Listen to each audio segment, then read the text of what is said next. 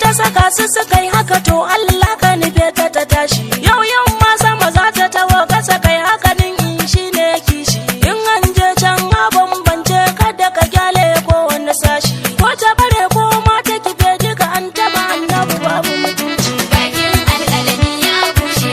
Inda shiru ko baka nan ne Allah inda akwai ka nuna ba ma shakka ko kwanto amma karbayin ka su raina.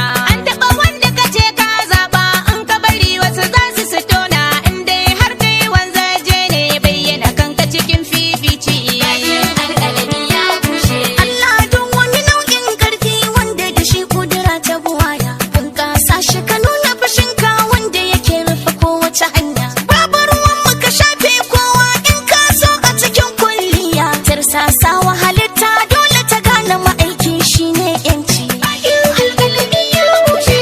Da kai suka zo gidan nabi annabi ba sauran sassauci. Wanda suka yi mai san ka san su Allah kai musu mugun kamu. Hammu da gammu da huzuni da kurku duka zuba a cikin su karimu. Ya Allah ka hana su sukuni ko a ina suke kadda su samu. Wanda ya wayi gari a cikin wuta can ƙasa kadda ya kai su talauci. Bakin alƙalami ya bushe.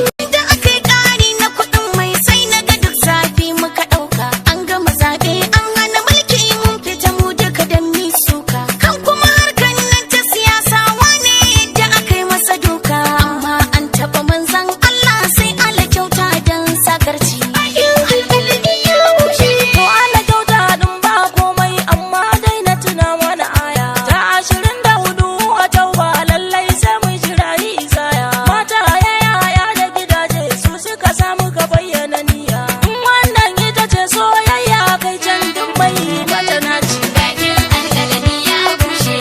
Ta kai suka sake janaban annabi ba sauran sassauci. Mu wannan ita ce tafiyar mu duka masoya manzan Allah. Sako ne muka kawo aikin alƙalamin Hafiz Abdallah. Ya Allah kuma ninka salati nan ga uban daidai da jimilla. Duk wani wanda ya daina janabin annabi karkai mai sassauci. Amin, amin, amin. Allah ya ƙara lafiya da kusanci.